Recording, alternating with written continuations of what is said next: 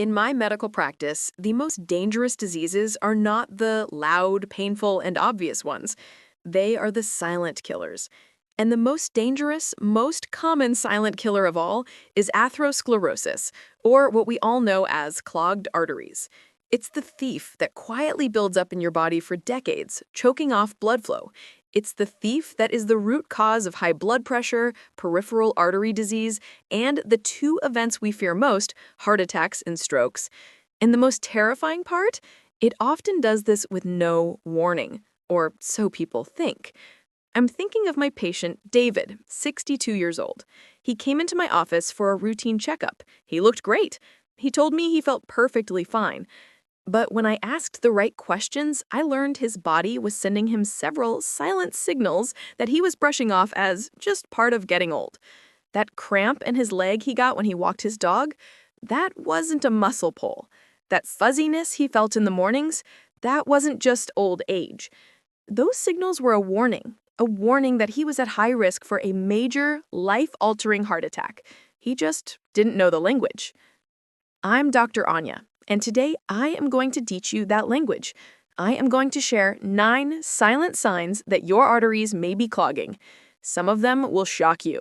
And at the end of this video, I'll reveal the #1 sign that is most often mistaken for just getting older, the one that, in my experience, is the most critical to catch. You can hear these whispers before they become a scream. You just have to know what to listen for.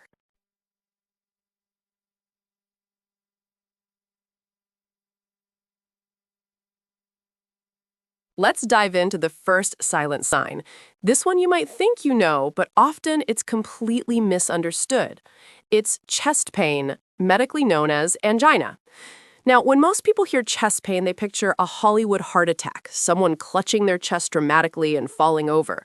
But for many, especially seniors, angina doesn't look like that at all.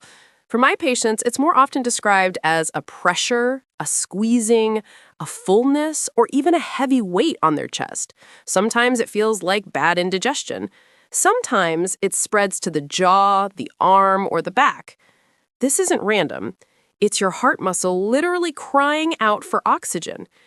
Your heart is a tireless pump, constantly working. If the arteries supplying it are narrowed by plaque, it's not getting the fuel it needs, especially when you're exerting yourself. It's like trying to run an engine on fumes. And the crucial part, it often gets better with rest. You feel it when you're walking up a hill or lifting something, and then it eases when you sit down. Do not ignore this. Your body is whispering a warning. Sign #2 is shortness of breath or dyspnea. This is a critical one, and it's often dismissed as, I'm just getting older, or I'm out of shape. Your heart has one job: to pump oxygen-rich blood to every single cell in your body. If the arteries feeding your heart muscle are clogged, your heart has to work incredibly hard, too hard, to do that job. Think of it like a clogged pipe trying to push water. The pressure builds, the pump strains, and it can't deliver enough. So your lungs try to compensate, breathing faster and harder to get more oxygen, but it's a losing battle. Your heart is failing to keep up with the demands of your body. This isn't just being winded. This is a feeling of air hunger. It might happen during activities that used to be easy, walking across the room, climbing a single flight of stairs, or even just talking. When your heart is straining for oxygen, shortness of breath is its direct plea for help. Now, pay very close attention to sign #3, pain in the legs. This is a critical sign, and it's the one my patient David from our introduction was experiencing. David told me, "Dr. Anya, when I walk my dog, after about 2 blocks, I get this deep, painful cramp in my calves. It's so bad I have to stop. But then, if I rest for a minute on a bench, it just goes away." That, my friends, is not a typical muscle cramp from overexertion. That is a classic symptom of something far more serious: intermittent claudication. It's essentially angina for your legs. Just like your heart muscle cries out for oxygen when its arteries are clogged, your leg muscles are doing the same thing. The arteries supplying your legs are narrowed by plaque, When you walk, your leg muscles demand more blood, but the clogged arteries can't deliver. The pain you feel is those muscles screaming for oxygen. If you're experiencing this, it's a massive red flag. It means you have peripheral artery disease, and it's a guarantee that the same atherosclerosis causing blockages in your legs is also occurring in your heart and brain. It's a loud warning you cannot afford to ignore. Sign number 4 is one that surprises most of my patients, and it's often misdiagnosed. It's chronic lower back pain. When someone comes to me with persistent lower back pain, especially if it's getting worse and they tried all the usual remedies without success, my mind immediately considers atherosclerosis. Why? Because the arteries that feed your lower back, the lumbar arteries, are quite small and are often among the first to accumulate plaque and clog up. When these tiny arteries become narrowed, the blood flow to the discs and soft tissues in your lower spine is severely reduced. These discs, which act as cushions between your vertebrae, need a constant supply of nutrient-rich blood to stay healthy and hydrated.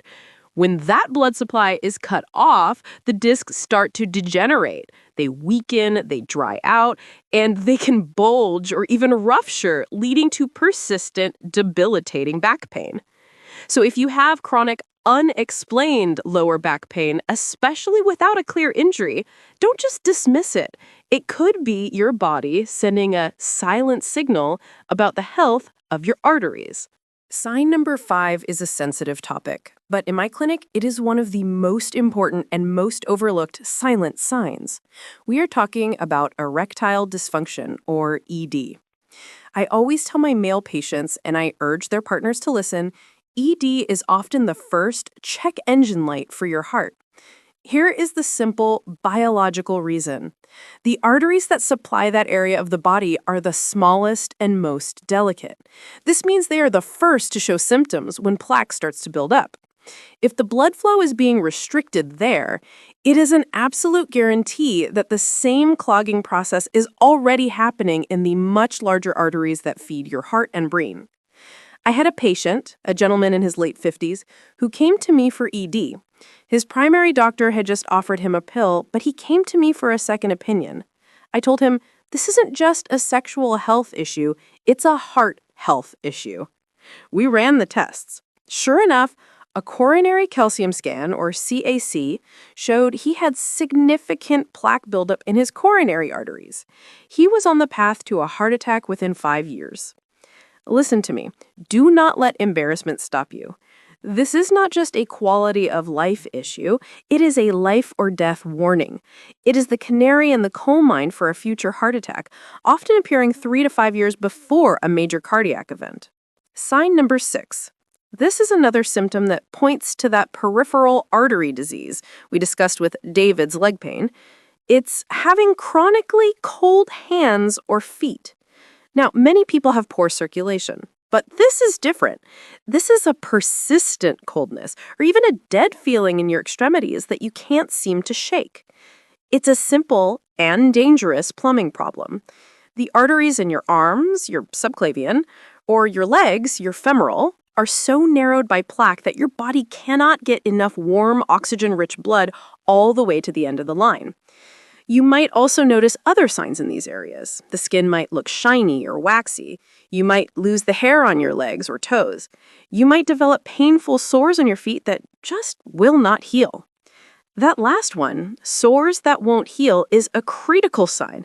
It means the tissue is starving for blood and nutrients. This is not just part of aging.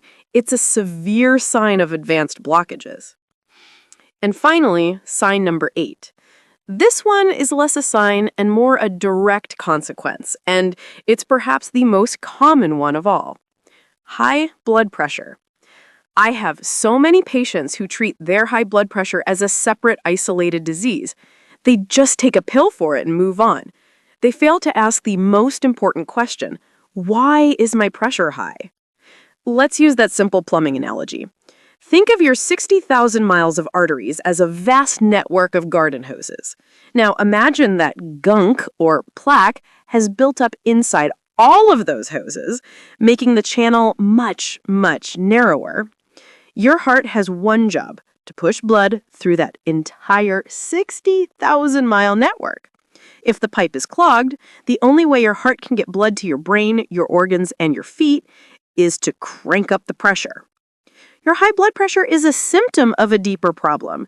It is the sound of your heart straining to do its job against a clogged and stiffened system. It is a sign of widespread atherosclerosis. That's why treating the root cause, the plaque, is just as important as the blood pressure pill itself.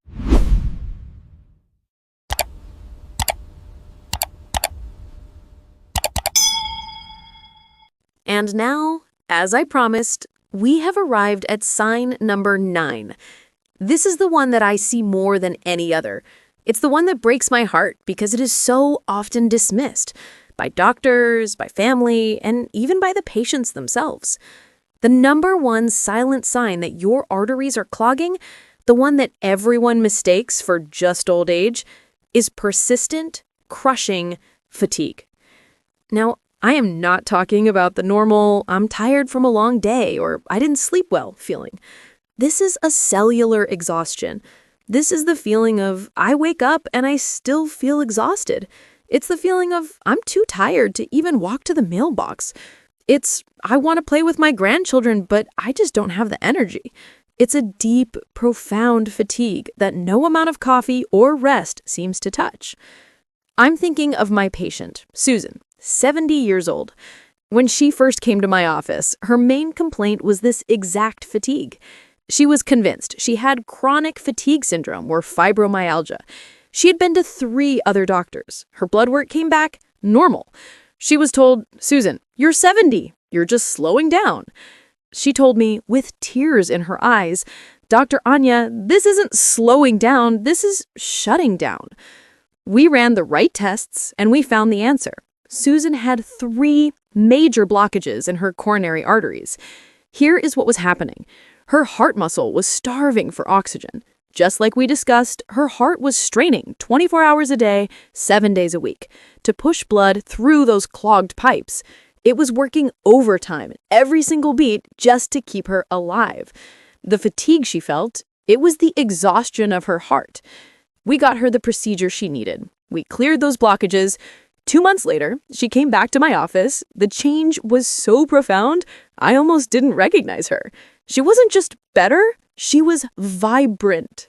She cried, but this time they were happy tears. She said, Dr. Anya, I don't just feel not tired, I feel 20 years younger. Her energy wasn't gone, it was being stolen by a silent, treatable disease. So let me be very clear, fatigue is not a normal part of aging.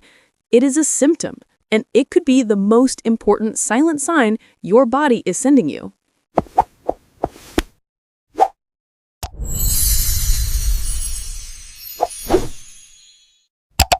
If you are hearing yourself in these 9 signs, if you've been listening to this list and ticking off boxes in your head, the very first thing I want you to do is take a calm, deep breath. I do not want you to panic. Panic leads to fear and inaction. I want you to be focused, and I want you to act. So here is your plan. Here is what you do now. It's 3 simple steps. Step 1. Talk to your doctor, but this time have a different conversation. Here is the key. You are not going to walk in and say, I'm just tired or my leg is a little sore. You are going to use the language we learned today. You are going to say, Doctor, I am concerned I might have intermittent claudication. You're going to say, I am experiencing persistent fatigue that is not normal for me, and I want to rule out a cardiac cause.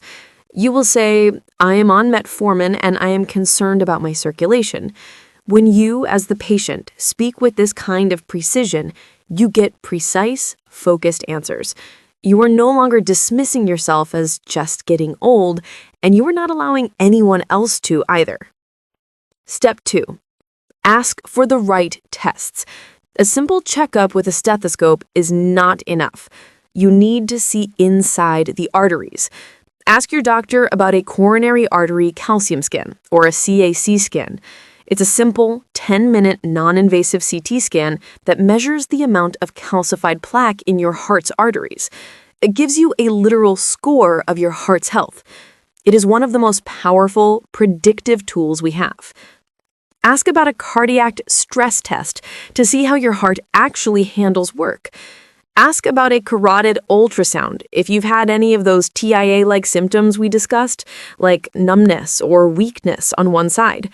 These tests are the tools we use to see what's really going on. They move us from guessing to knowing. And step 3, this is the most important thing I will tell you in this entire video. This is not a death sentence. It is a warning shot. In my practice, when we find this, I tell my patients, we found it. That's the good news. Now we can fix it. The human body has a miraculous ability to heal. For the vast majority of my patients, the solution isn't a dramatic, invasive surgery. The solution is simple, consistent lifestyle change.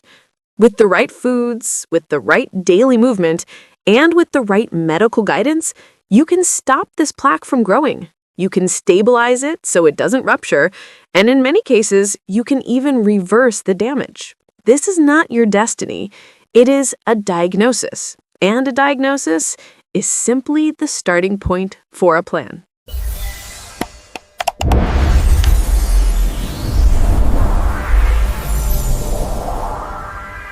And that is the plan. I need you to remember this. Listen to your body. These silent signs are not silent if you know what to listen for. They are whispers.